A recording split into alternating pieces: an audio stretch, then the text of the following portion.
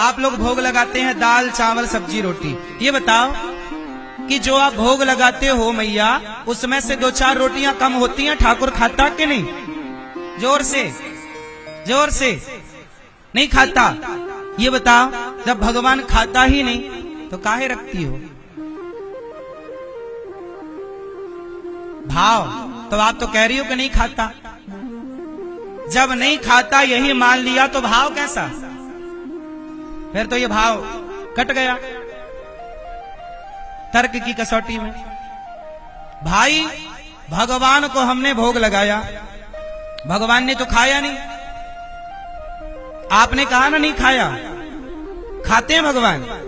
बोलो भगवान खाते हैं कि नहीं? खाते हैं तो रोटियां कम क्यों नहीं होती?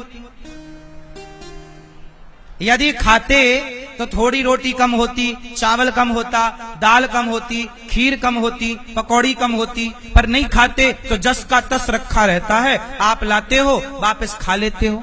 इसका मतलब क्या हुआ? माने क्या कि भगवान खाते हैं ये माने, या भगवान नहीं खाते ये माने? क्या माने? बोलो। खाते हैं तो उत्तर देना पड़ेगा, रोटियां कम क्यों नहीं होती? खाते हैं तो बताओ किस विधि से खाते हैं? जोर से जोर से। भाव, चलो हम मान गए कि भाव से खाते हैं, लेकिन आपको सिद्ध करना पड़ेगा। तो कैसे करोगे? अब अपने भाव को सिद्ध करके बताओ। चलो, क्या है ना, आज साइंस का युग है। तुम भाव की बातें करोगे, साइंस नकार देगा, फिर तुम्हारी भक्ति का मजाक उड़ाया जाएगा। तो मैं चाहता हूं कि तुम्हारी भक्ति बिल्कुल साइंटिफिक होनी चाहिए, इसलिए मैं ये सारी बातें पूछ रहा हूं और अभी मैं उत्तर भी दूंगा।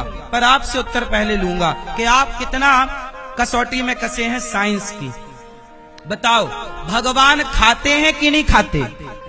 खाते हैं। कैसे खाते हैं? खाने की विधि क्या है? साइंस की तरीके से समझाओगे तब साइंटिस्ट मानेगा, ये दुनिया मानेगी, वरना तुम्हें पागल कह के हटा दिया जाए। अरे पागल, चल। भाव की बातें ना, ये भाव के ब्रजवासी तो समझेंगे भाई। भाव की बातें कोई रसिक भक्त ना समझेगा, पर आज की नास्तिक दुनिया भाव कैसे समझे? नास्तिक दुनिया को तो तर्क देना पड़ेगा।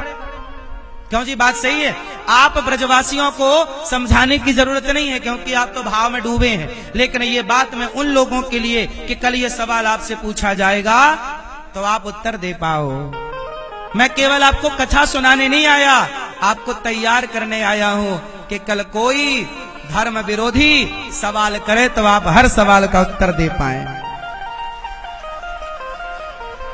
ये तैयारी होनी चाहिए, क्योंकि हर जगह उत्तर देने के लिए मैं नहीं रहूंगा।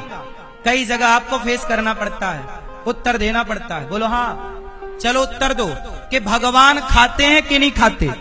खाते हैं, मैं स्वीकार करता हूं। आप ब्रजवासी स्वीकार कर रहे हैं, खाते हैं। कैसे खाते हैं?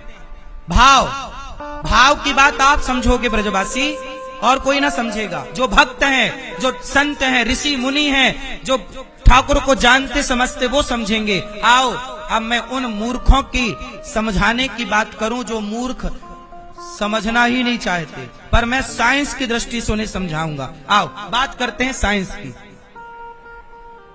चलो, कभी ये तर्क आपको करना पड़े, करना। कभी सवाल कोई पूछे तो उत्तर देना। देखो बताओ, चलो बताओ ये क्या है? उत्तर दो। फूल, पुष्प, सुमन, कुछ भी कहो, क्या है? अच्छा ये बताओ, और ध्यान से देखो ये क्या है? इसमें क्या है? इसमें क्या क्या है बताओ? ये गुलाब है, इसका रंग कैसा है? गुलाबी रंग, पंखुड़ियां हैं, पत्ती है, और क्या है इसमें? क्या? सुगंध, सुगंध है। और क्या है इसमें? और क्या है? जोर से है?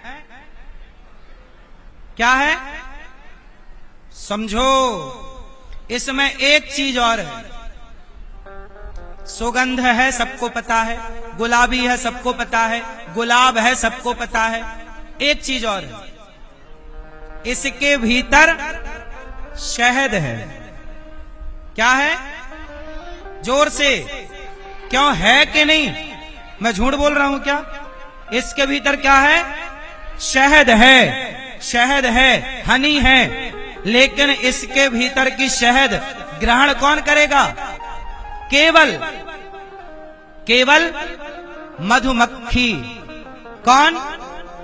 हर पुष्प में शहद है, लेकिन पुष्प की शहद ग्रहण कौन करता है? केवल मधुमक्खी आती है, इसमें जरा देर बैठती है और इसका रस लेके फुर्र से उड़ जाती है, और वही छत्ते पर जाकर एक एक पुष्प का इकट्ठा किया रस, जिसे हम और आप शहद कहते हैं। इसमें शहद है पर दिखाई नहीं पड़ती। अच्छा एक बात बताओ, जब गुलाब से मधुमक्खी बैठकर उड़ती है तो क्या इसका वजन कम होता है? यदि इस गुलाब का वजन 10 ग्राम है और मधुमक्खी बैठकर आए और उड़ के चली जाए तो क्या इसका वजन कम होगा? उत्तर दो। नहीं, वजन कम नहीं हुआ। इसका मतलब क्या ये मान लें कि मधुमक्खी ने शहद ग्रहण नहीं की? जैसे मधुमक्खी ने शहद ग्रहण कर ली, किसी को पता नहीं लगा, ऐसे जब दाल चावल सब्जी रोटी भगवान को रखा जाता है तुलसी का पत्ता डालकर, तो भगवान उस भोजन के भक्त के भीतर के भाव को ग्रहण करके, जैसे मधुमक्खी शहद को ग्रहण करती पता ही नहीं लगता, ऐसे हमारी दाल चावल सब्जी रोटी को भगवान ग्रहण कर लेते हैं, और जो बचा हुआ पदार्थ है वो प्रसाद के रूप में हमारे लिए छोड़ देते हैं। तो भगवान कैसे खाते हैं? वैसे जैसे मधुमक्खी शहद को ग्रहण करती है, ऐसे ही हमारी थाली से भगवान भाव की शहद को ग्रहण कर लेते हैं। भक्त के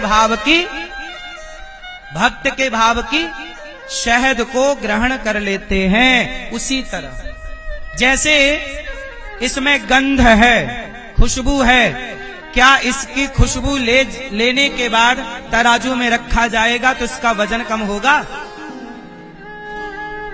पहले ये 10 ग्राम का था, मैंने खुशबू ली और फिर से तराजू में रखा तो ये कितने ग्राम का होगा? 10 ग्राम का ही होगा, एक रत्ती वजन कम ना होगा। उसी तरह भगवान के सामने जब भोजन रखा जाता है तो भगवान उस भक्त के भाव की खुशबू ग्रहण कर लेते हैं, और भोजन का वजन जस का तस रहता है, एक रत्ती भी कम नहीं होता। इससे ये सिद्ध नहीं हो सकता कि भगवान ने खाया नहीं। क्यों जी? भोजन कम नहीं हुआ, इससे ये सिद्ध नहीं हुआ कि भगवान ने खाया नहीं, खाए पर कम नहीं हुआ। कैसे? जैसे मधुमक्खी ने शहद ले ली पर कम, उसी तरह ये साइंस इसे कोई नकार नहीं सकता, ये तर्क है। यदि कोई तर्क करे कि कम क्यों नहीं होती रोटियां, तो उत्तर ये समझ में किस किस को आई? आ गई। ये भगवान का विषय है, भगवान भक्त के भाव को ग्रहण करते हैं।